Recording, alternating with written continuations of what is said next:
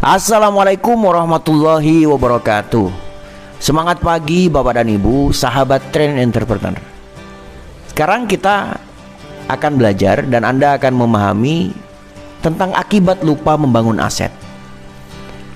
Pelajaran yang salah fokus akibatnya ya begini ini. Pertama, bahkan di Amerika Serikat, negara yang paling kaya di dunia dan dianggap kemakmurannya merata, hanya 1% penduduknya yang bisa kaya. 4% mandiri secara keuangan, sedang selebihnya kalau tidak meninggal harus bekerja terus sampai mati, atau sebagian besar yaitu 54% hidupnya tergantung orang lain. Saya ini kalau tidak merubah arah setelah usia 65 tahun ya masih harus bekerja mencari nafkah. Nanti setelah benar-benar tidak kuat akan hidup tergantung pihak lain, yaitu pensiunan, pemerintah, dan bantuan anak-anak. Nomor 2, di Indonesia pernah diteliti oleh majalah SWA, profesional berpenghasilan besar seperti dokter, pengacara, notaris, direktur, dan lain-lain, 80% akan jatuh miskin di usia tua. Bayangkan, mereka adalah orang-orang yang seumur hidupnya mendapatkan penghasilan besar. Mereka orang-orang yang bisa mengumpulkan uang banyak, toh akhirnya sebagian besar jatuh miskin juga. Nomor 3, di Amerika 90% pemenang lotre di atas 250 ribu dolar akan jatuh miskin lagi 3 tahun setelah memenangkan lotre.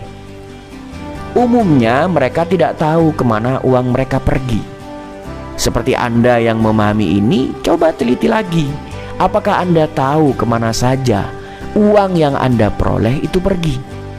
Saya yakin Anda tidak bisa menemukan jejak uang itu mengalir kemana.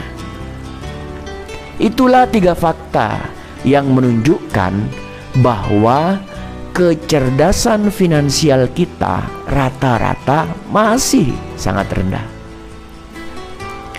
Baik, kita kembali pada cerita pasangan suami istri yang lupa membangun aset untuk masa depannya. Hidup terus berjalan. Mereka berdua dan putra-putrinya hidup terseok-seok karena terus-menerus membiayai beban yang sebenarnya tidak dibutuhkan. Mereka lupa bahwa semakin lama ketika anak sudah mulai dewasa, makin banyak kebutuhannya.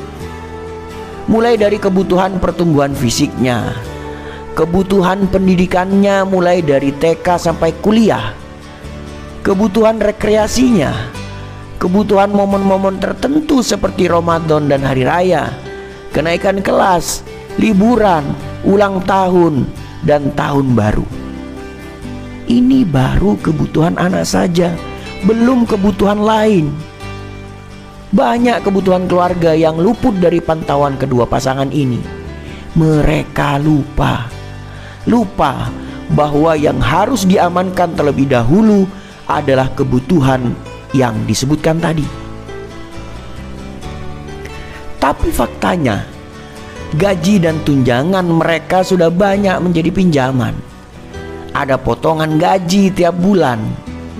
Mereka lupa membangun aset, sehingga ketika gajinya sudah tidak cukup untuk membiayai kebutuhan yang lebih primer, maka keputusan yang paling mudah diambil adalah menambah jumlah pinjaman. Tentu Anda tahu akibatnya. Kehidupannya berantakan.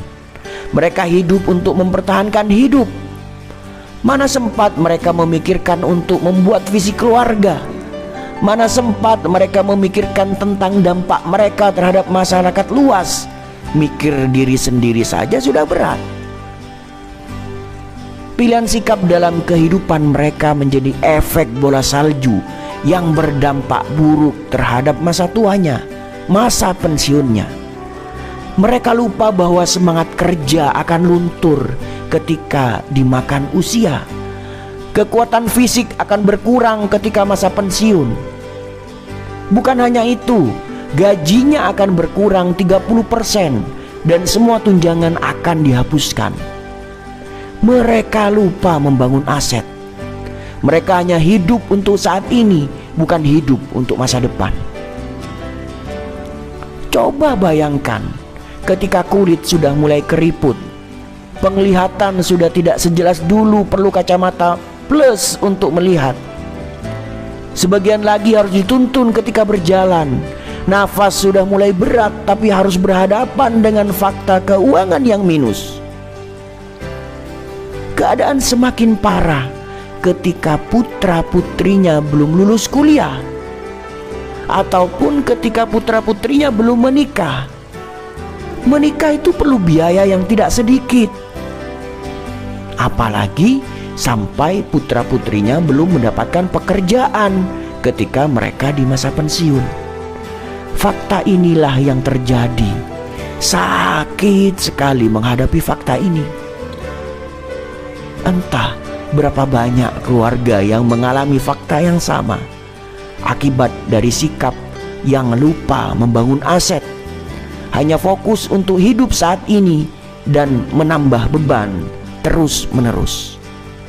Saya harap Anda tidak mengalaminya. Sebab itulah mengapa Train Entrepreneur ini dibangun, yaitu membantu banyak orang untuk hidup lebih baik. Semangat, Anda pasti bisa, hanya perlu terbiasa. Anda pasti bisa karena Anda terpilih. Semoga hidup makin berkah, berlimpah bahagia.